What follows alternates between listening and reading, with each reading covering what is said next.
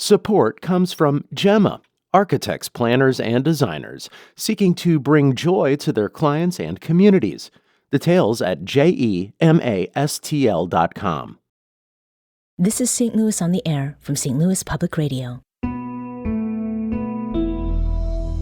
I'm Elaine Cha. This summer marked 35 years since the Americans with Disabilities Act, or ADA, was signed into law by President George H.W. Bush.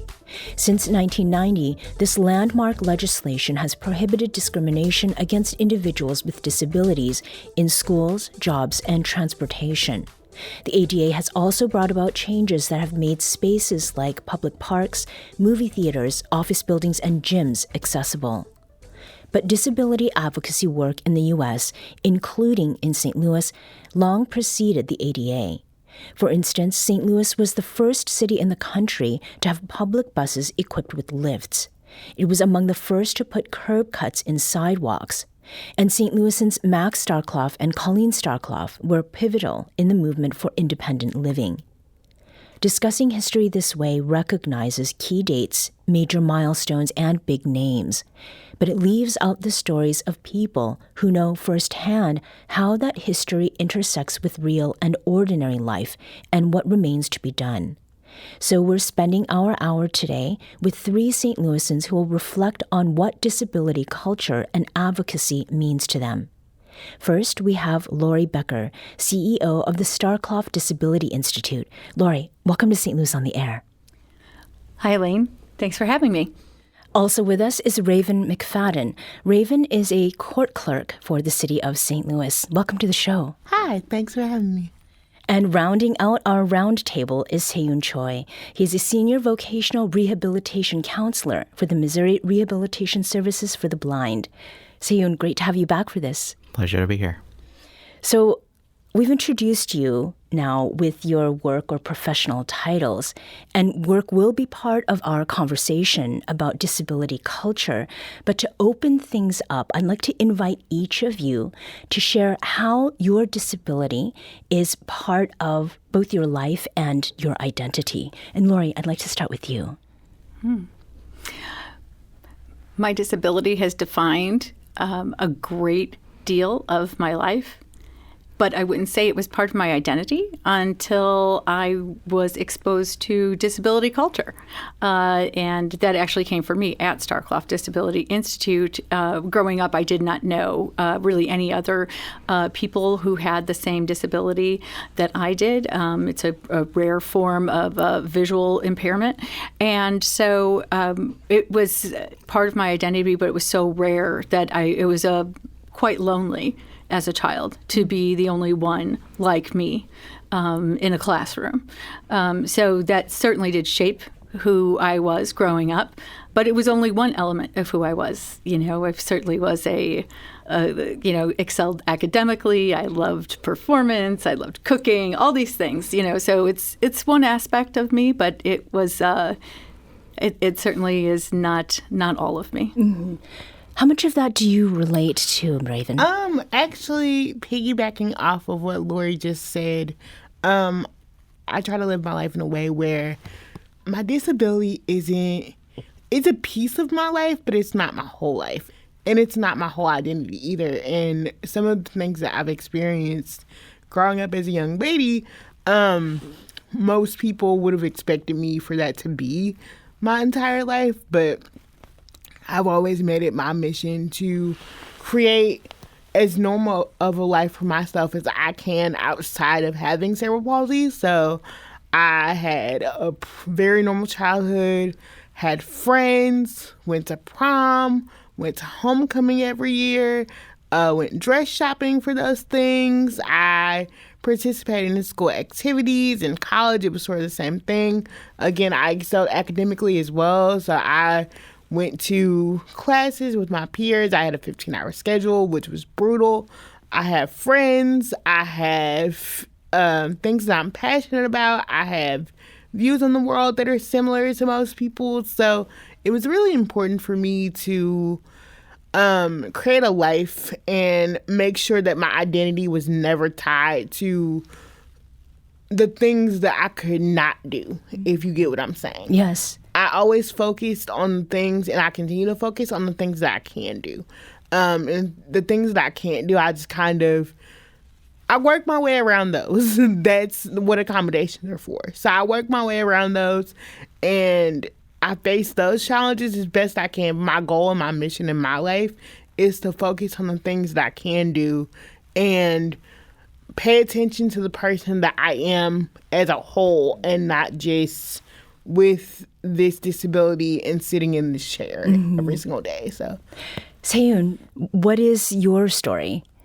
My story is a bit unique, right? So I will preface by saying that for early halves of my life, I mostly like to say I faked it till I make it. And that's quite deliberate. So my story begins from when I was born in South Korea. I was raised by both my mother, who was an educator at the time, so she was an elementary kindergarten school teacher. She absolutely loves children. And then my father at the time was he had a very increasing kind of leadership role in a financial corporation. So his background was in finance and business, and he was about to become like a district supervisor. So very corporate, kind of very traditional, hardworking parents. I was the first in my family to be diagnosed with blindness, which we later learned it was caused by genetic mutation. So my condition is called Leber's congenital amaurosis, and that affects back of my eyes and all the retina, all the fun stuff. So growing up, I always felt as if my parents really didn't want to talk about my blindness in a sense that of how to embrace, but rather how to integrate into society, at least back in South Korea, with what I had. So, the doctors are very clear, the medical professionals are very clear at the time that my vision would progress, right? There was evidence, there were studies, there were clinical trials. There were many evidence that linked that alludes to the fact that I would eventually lose more and more of my vision. But for at least the first decade of my life, I mostly faked it till I make it, right? So I did not use a long way cane. I did not get access to Braille instruction. However, I still remember a time when I and my parents walked to the principal's office in an elementary school, a public elementary school. And then the principal and the assistant vice principal came up with a joint statement that really shocked all of us. And they had said that I am better off going to the Seoul School for the Blind. Which for my teacher mom, that was not acceptable. So they actually challenged and petitioned that decision at our district's Department of Education equivalents, if you will, and then they won. So they were able to get a paraprofessional in the classroom to assist with any educational content or materials that are considered visual. But despite all of that, during the nighttime, I continued to rely on others, and it was almost as if my blindness should not be talked about. It was just too depressing to have a conversation about how to kind of have a head-on, honest conversation, because there's just a lot of emotions, and that eventually changed. And I knew from the very beginning that they wanted me to have a more sort of productive life with greater opportunities. And they quickly recognized that South Korea wasn't quite there. Maybe the infrastructure was there, maybe the healthcare system is there, and maybe the social safety net piece of it might be there. But the education system was an instant kind of immediate reaction to, I think, them saying like, hey, we're gonna go ahead and just kind of give up our careers, and then we're gonna immigrate. And that was a huge undertaking. It was a significant undertaking for me as a person who still continued to struggle with my disability at the time. And now on top of that, I'm starting to have a little bit of cultural crisis in the sense that I was grappling with how I function in the United States, in Midwestern states of all places, not Los Angeles or anything like that, as a person of color, and what can I be to what's really my purpose here. So I had to really just kind of take a back seat and evaluate myself. And that was such a critical period of my life. And our school system is just phenomenal. Here in the St. Louis County, you have the special school district. You have a vision professional, highly trained vision itinerants who gave you kind of wraparound comprehensive support. So, no questions asked. My family had their hands up, and I remember them having a 4-hour-long first IEP meeting for me. And I went to the elementary school for about 2 weeks. But within that 2-week span, I still remember being given a long white cane for the first time. And that was both equally a little bit shocking, but you kind of reignited some of those emotions about kind of the guilt maybe that they wear around the cause of my blindness, and so forth. Family obviously is a very big part of the support systems that people turn to. And Lori, in growing up in St. Louis, was family the biggest source of support for you? My family's been incredibly supportive my whole life. My visual impairment, I like to say I have low vision. That's the term I typically use, but it is also like a rare genetic condition called Stargardt's disease. It's similar to macular degeneration that older adults typically experience, but my form of that condition began when I was about age 9. I started losing my vision. So imagine being in 3rd grade. And I was at a South City Catholic grade school in the 80s. Oh. Okay, so I'm aging myself right now. This is pre-ADA. No accommodations, no 504 plans in place. And I would say I was in a very supportive environment, but also a very uninformed environment. So when I see now, as Seyoon mentioned, special school district and paraprofessionals and all of the resources that are available to many students, definitely not to all, but to many young people in the educational system, I think about what I had at the time, and it was minimal. It was very, very minimal. But when you don't know any different, you're fine, right? I had friends who would write notes, and I like to tell the story is that they started moving my desk closer to the chalkboard. It was still chalkboards at the time, and eventually I got to the first row of the classroom, my desk, and even that wasn't good enough after about 5th grade.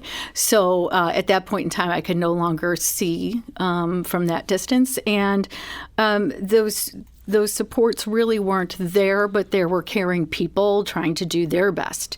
And I remember when I was in high school, also a Catholic high school at the time. So when the ADA was passed, and all of a sudden I was able to receive accommodations that I didn't even know what they were. And someone had to explain it to me. And all of a sudden I received a textbook in large print, and it weighed about 50 pounds. There were multiple volumes, and it was huge. And I was, the only student in my school that was carrying around these massive textbooks. But at least I could see it. And it was great to have those suddenly available to me. So increasingly, those resources came into play as I aged, and then also began to able to seek those resources out for myself as well. We need to take a quick break, but we'll be back shortly to continue this conversation with Raven McFadden, Lori Becker, and Seyoon Choi about their experiences of living with a disability and what disability culture means. This is St. Louis on the Air on St. Louis Public Radio.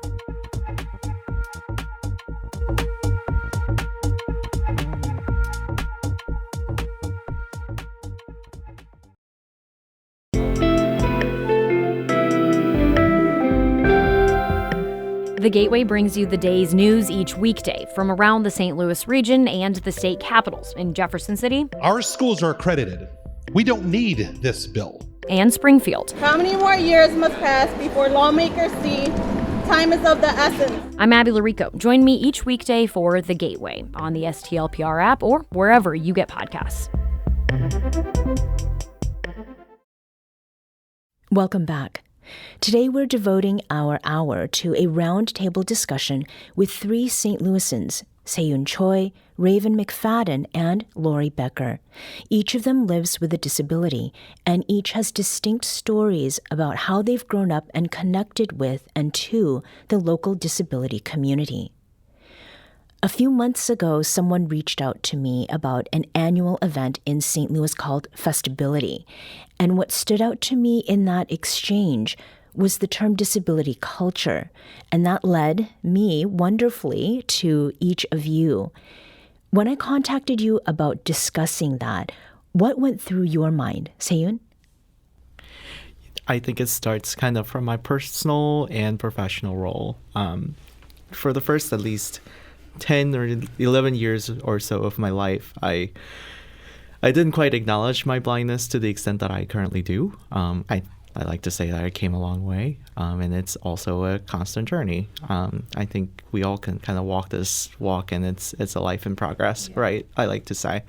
And I think when I think about kind of fitting in that model of disability culture, I think about my work that I do with my clients and consumers, working for Missouri citizens here in the state, and helping them achieve whatever their employment goal might be. And I think the employment goal is just tip of the iceberg, right? So when I think about a new client that comes through our door and wanting to inquire about receiving our services, I kind of take it back, and during our first visit, I kind of have a very authentic heart-to-heart conversation as a counselor who also happens to be blind, who's about to help a blind or low vision client who may have lost their vision yesterday or a month ago, or they lived with it their entire life. So that, and then just bringing them on and welcoming them to sort of this new sense of self and how to navigate, and it's not easy, right? So if you have a person who had been fully sighted, able-bodied for much of their life, 20, 30, 40 years, and come to find out that they had some kind of a medical anomaly or condition that led them to develop a vision loss very suddenly, that creates also a lot. It presents a lot of anxiety in itself. It presents a lot of uncertainties around their goals, or the people that are around them. The relationships change. So I see it, at least in the sense of what is really this. What for me disability culture is like just being part of others that sees you for where you are in life. And where you are in terms of disability. And in personal sense, I'm very active with the National Federation of the Blind, which is a very large blindness led organization for blind people. So we from top down and bottom up. It's comprised of people who are blind or low vision. It's very grassroots. And that is also a way for where I could just jump in and feel like, I don't have to necessarily conform or assimilate to able-bodied folks, right? It is okay to use a cane or guide dog and not have people come screaming at you or honk their horn at you or something. So I think it is a very fascinating piece of it where, anybody is welcome, because I believe that disability can occur at any stage, at any point, depending on, regardless of your heritage or your ethnicity or any of those other factors. Disability is a very common sort of entity, if you will. Mm-hmm. Lori, when we talked, you have a long history of talking with people specifically about employment. You mentioned the Americans with Disabilities Act. What does disability culture mean in the way that you have seen and experienced it, particularly in the St. Louis area? St. Louis has a really rich history of, disability rights. In fact, just earlier today, I was fortunate enough to celebrate a group what we call the Max Starkloff Society, and based on the legacy of disability rights pioneer Max Starkloff, the founder of Paraquat, our Center for Independent Living, and my organization as well. And, we were... Paraquat here was was like the third center for independent living to open in the country, which is huge, after the Rehab Act of 1973. And so that meant such freedom and independence for people with disabilities at that time, who were all fighting to get just to have their voices heard. And St. Louis had the first fleet of fully accessible buses, like with lifts on them, early adopters of universal design. And so we have a great, rich history. Our arch renovation won a national award for inclusion. So it's really great to know those things. But I think that the one unfortunate piece is not enough people know those things. We might take advantage of the of those perks, that accessibility and universal design, and that inclusive environment that brings to everyone, but not recognizing that why those exist and where they came from is something that I personally want to continue to bring forward is the history of why we are where we are today, and learning from that and how to move forward to make even more progress, because we've come a long way, but we still have a long way to go. Mm-hmm. So I think that's it's an interesting part of St. Louis history. It's also, you mentioned festibility before, and I know we'll talk more about it later, but it's held at the Missouri History Museum. And they have really embraced disability as a culture and as an identity.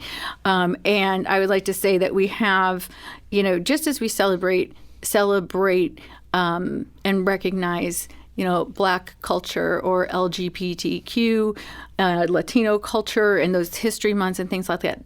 Disability culture really deserves its own recognition and its own space, because we have great artists and great, shared experiences and identity and history and language, and we are a really fun group to be around. Mm-hmm. And I think that, but you have to be able to own that identity. And that's definitely part, and share that identity with others. And that's a big step for a lot of people. And so talking about disability culture, the way we're talking about it here, I think is really, really important, because we are a community. And we have found strength in our community, just as other, underrepresented and marginalized communities have. We have, it is in that, and we talk about cross disability as well. So it's not just people who are blind or low vision or have CP. It's, the deaf community and the autism community all working together to tackle the same barriers that exclude us from participating fully in society. So I think that is that shared characteristic that we all have, and we are resilient. We're as a culture, I would say we're known as being creative and innovative problem solvers, which happens when you navigate a world that wasn't built with you in mind. Mm-hmm. Right? And what has not been built with you in mind? Is there an example that you can share? My entire apartment. Your entire apartment. Yeah, we talked a little bit about that. Yeah. So I live in what is supposed to be a senior living / ADA compliant community. And now I will give them props. They did hit universal design pretty well. I have a really wide doorway, grab bars, a roll-in shower, all these things that I'm going to miss when I actually buy a house because I have to do all that myself. But as far as, like I told you before we started, I like to cook and entertain and do all those things. And I'm not able to cook in my house because my kitchen is not designed for me to actually function in it. And that's a problem for me. We have come so far in recognizing and highlighting and giving the disability community their flowers in one way. But I think where we fall short is still making sure the world is for everybody. And what I mean by that is I shouldn't have to fight for an accessible kitchen. There is no way that when I am apartment shopping, or in my case at this stage of my life, home shopping, that I have to freak out and stress out because I'm wondering who's going to do my renovations when I buy this house. And how much of my house am I going to have to lose to get an accessible bathroom because there isn't, universally designed houses that I can just buy and have everything there, or easier ways to do renovations where it doesn't cost me $2 million to do something really nice for myself.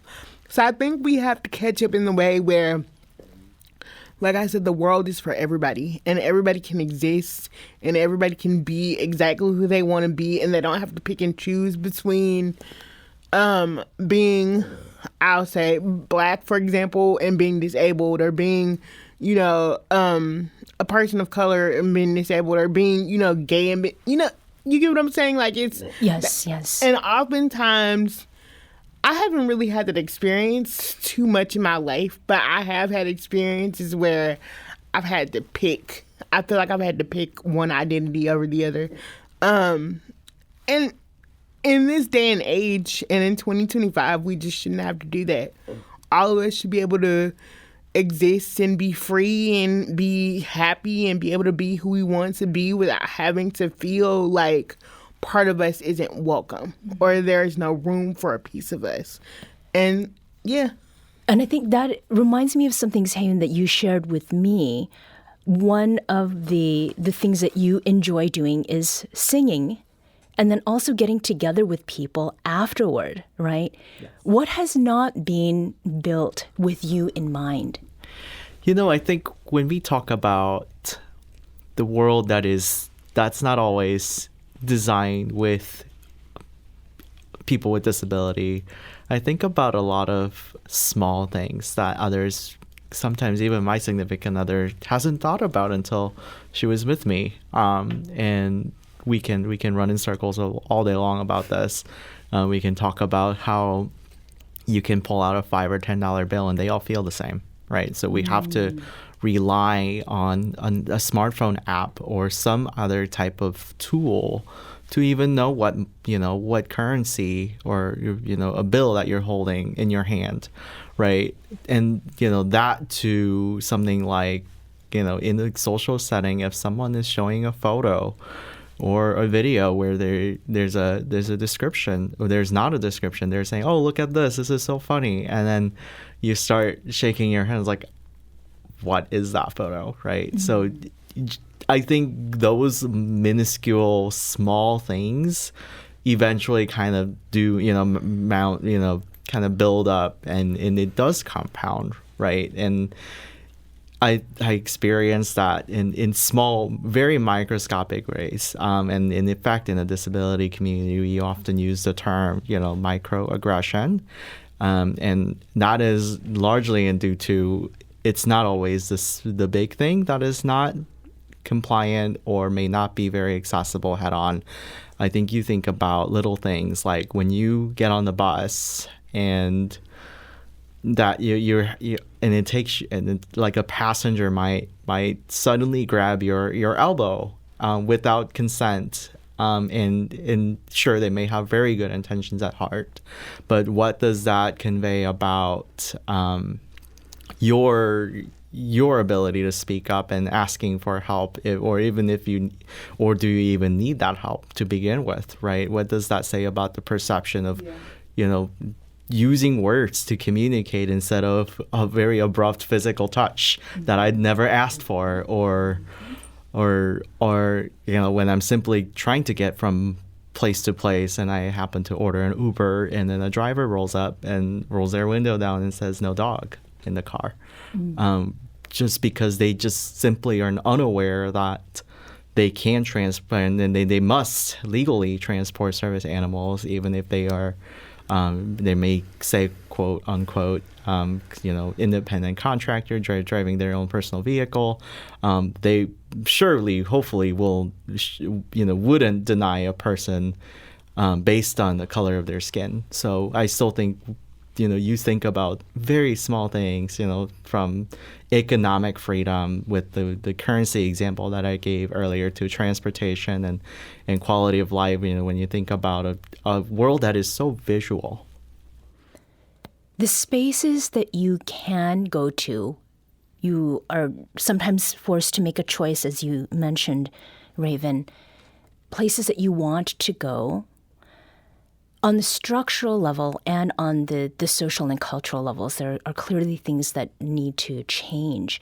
Have you seen anything change over the last 5 to 10 years that is worthy of mention and that points to what more can be done, whether that has to do with universal design or an increase in people's awareness about the things that they are taking for granted?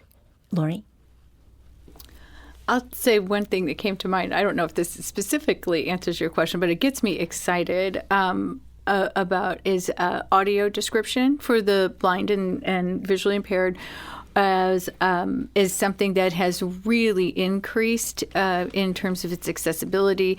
And for those who don't know exactly what that is, it is someone who you can wear like a earpiece, a headphone, while you're watching a live performance at a play or a soccer game, because I know City SC has them, and at the Fox Theater, all these places around town, and even on your television now, you turn in and audio description is embedded. You have to just turn it on, just like you would turn on closed captioning.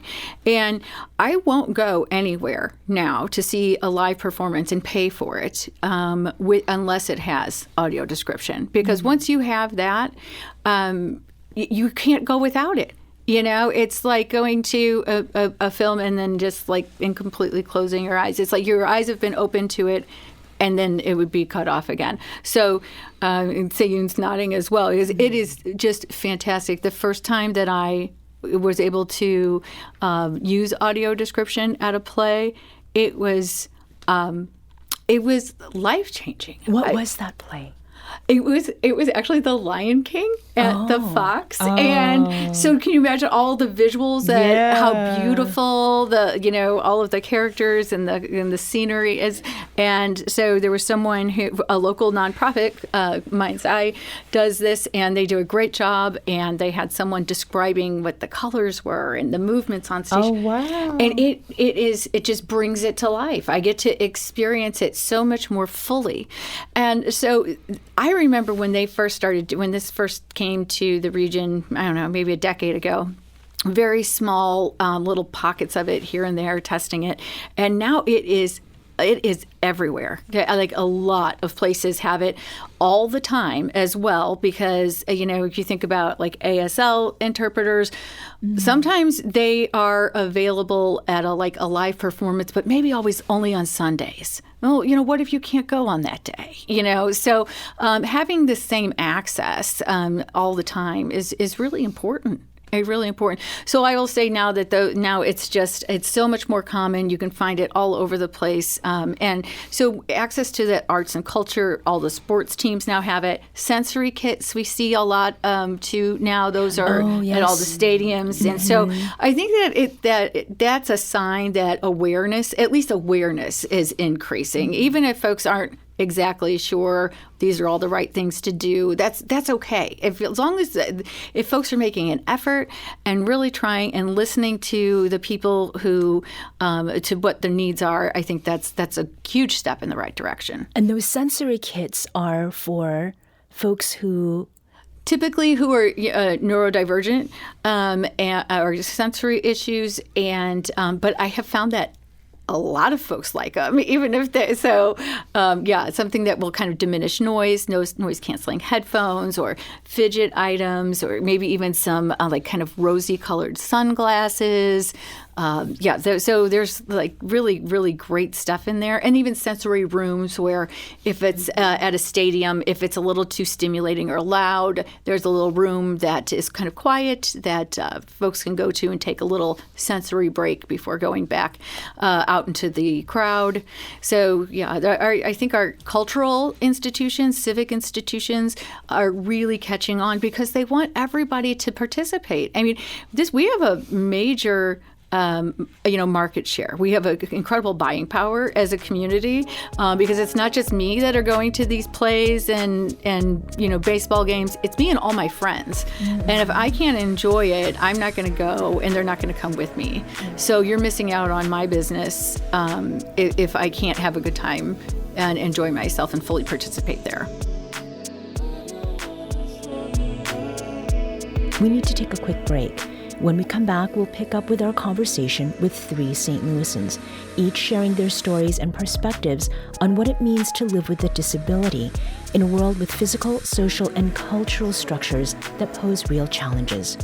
This is St. Louis on the Air on St. Louis Public Radio.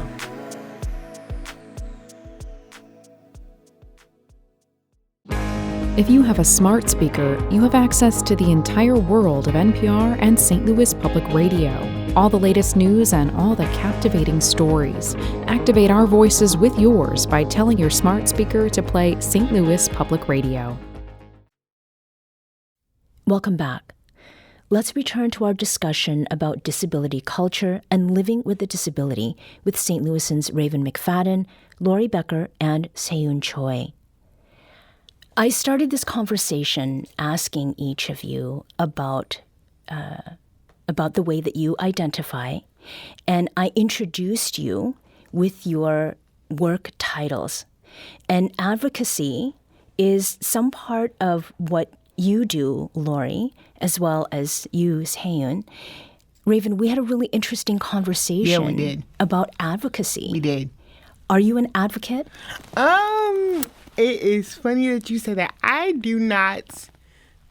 consider myself an advocate in one way, but not in the way that someone would expect me to be as a person with a disability, a person with CP.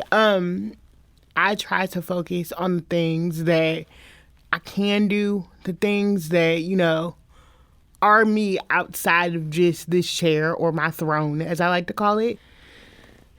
And for much of my experience, and this didn't come into my life until late, but for most of my life outside of school, if you didn't know me and you walked up to me on the street and you were getting to know me, I found that people would either only have conversations with me about my disability or they would interact with me based off my disability. And what I started to understand is, or at least from that perspective, and this is not everywhere, so that's not what I'm saying, but what I started to understand is that people expect people with disabilities, their disability or their condition as a whole, to consume them.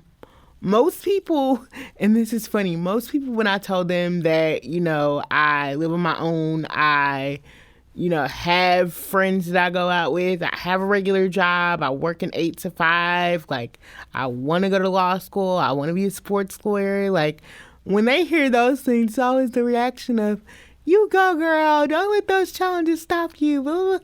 And I'm just and that's the problem. Mm-hmm. That's why I don't call myself an advocate that's why I don't like to really not identify as a disabled person, but that's why I don't live in that identity of having cerebral palsy. Is because if I did, at least from my perspective, that's all you would expect of me. And so I work really hard to advocate where I need to advocate and advocate to things that are important to me and things that are necessary. But when I said I wasn't an advocate, what I really meant was I'm not the advocate that lets her disability consume her entire life. One thing that I really want people to take away from people with disabilities, and maybe from this interview or my portion of it, people with disabilities are not a monolith. We have the same shared experiences, but at the same time, we don't. We have different pathways that we want to walk or have to walk to get to where we want to get to. We have different lives and we have different things that make us unique. And those things aren't necessarily because of our disability. Those things could be personality traits. Those things could be culture. Those things could be our favorite color, our favorite food, or our favorite band, or whatever the case may be, or, who we're attracted to, whatever that case may be. We are fighting for the same cause and fighting for the same fight, yes, but we're all very individualistic, and I think that's what makes us as a community so powerful and thrive so well, is that we've learned to embrace the fact that we don't have to be the same and have the same fight and the same plight as, somebody with a visual impairment or somebody with, maybe they're an amputee or double amputee or quadriplegic or whatever. We're not all the same.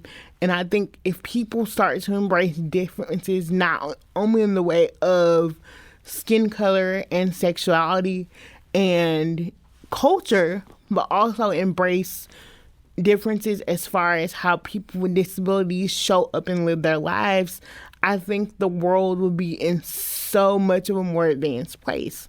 And I feel like that is, not that you even asked me this question yet, but that is our biggest issue. As a society, we don't want to embrace that people with disabilities, at the end of the day, are actual people. Mm-hmm. And they have things that they care about and things that matter to them that aren't always connected to having a disability. And so if I'm an advocate for anything, I'm an advocate for that specifically. Seyoon or Lori, is there anything that you'd like to say in response to that? Being an advocate is both an active and passive, and I wrap that all together by saying it's by choice, right? There are incredible number of content creators and influencers that they use their disability as a catalyst to kickstart a YouTube or TikTok or some kind of an influential figure where they pride themselves on their journey, and that's their choice. I think they have a very integral role in sharing their story, but oftentimes they are very, very intentional about making the public clear, the audience clear, that this is simply their experience. However, they're out there making content of their day-to-day life, sometimes with a humorous twist to encourage others that they're living a very, very normal life. And normal is sort of the subjective term, right? There's no normalcy in any of our lives, but we're living out the lives that we want to live out. And I say passive because I just think that we're sort of breaking this lower expectations and lower sort of sense of identity, just as I've came to learn to embrace my blindness as part of who I am. And that, obviously allowed me to complete college and my graduate school, and with alongside my sighted peers, they learn from you learn from them.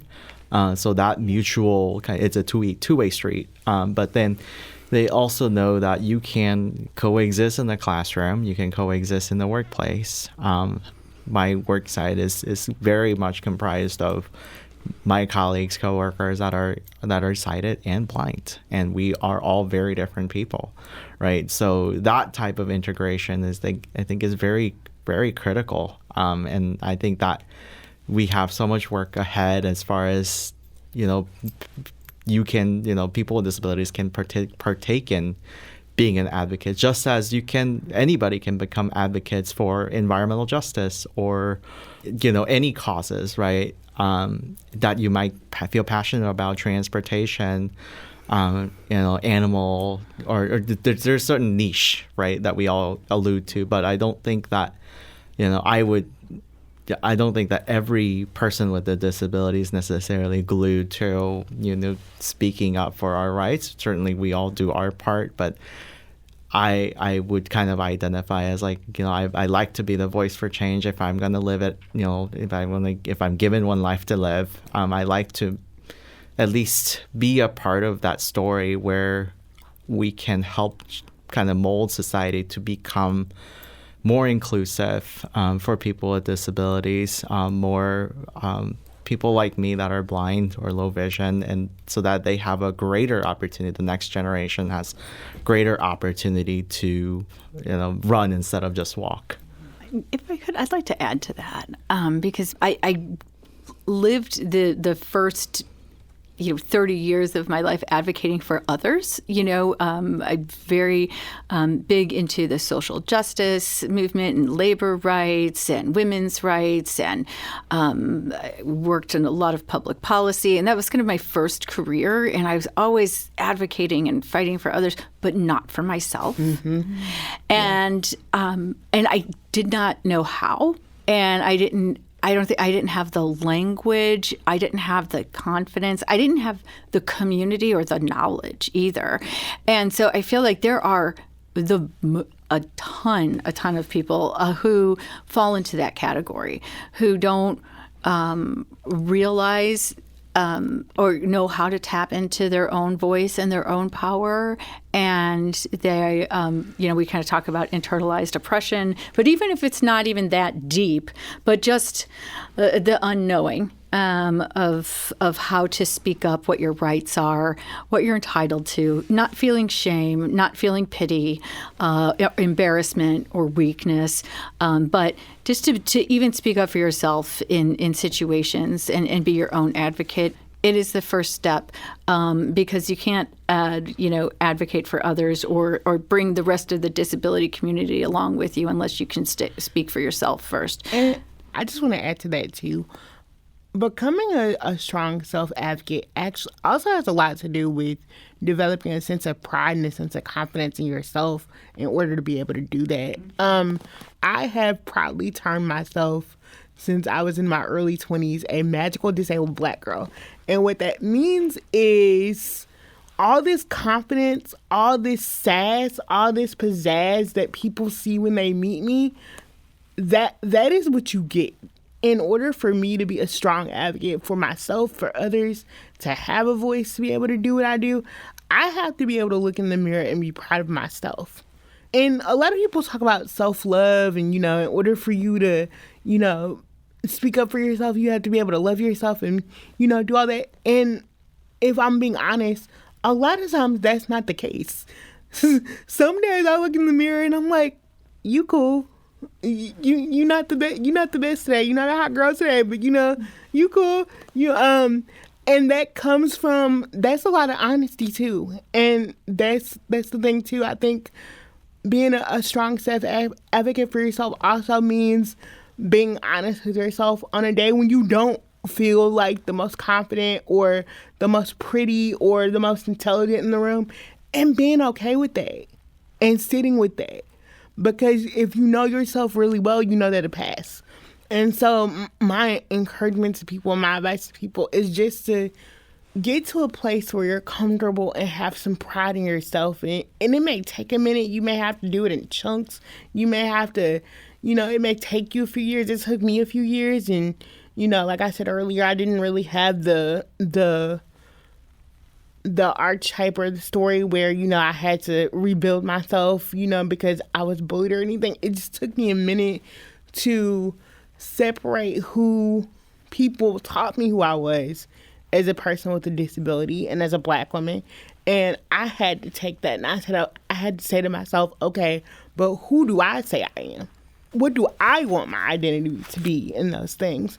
And so over that time, and with a lot of therapy and a lot of healing and a lot of self-introspection, that pride came. And so to me, that's the biggest piece of being a successful self-advocate, And if you really want to go even broader, a successful advocate is having the pride in yourself to be able to speak for yourself, because if you can speak for yourself, speaking up for others is easy. That was Raven McFadden, Lori Becker, and Seyoon Choi. Thank you for joining us today. Thank you, Elaine. Thanks. Thank you.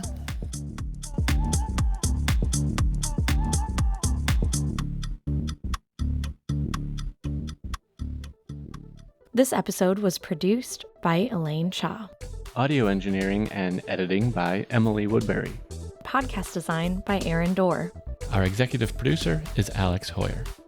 St. Louis on the Air is a production of St. Louis Public Radio. Understanding starts here. Do you find yourself regularly listening to episodes of St. Louis on the Air? Suggest us to a friend you think might enjoy our conversations.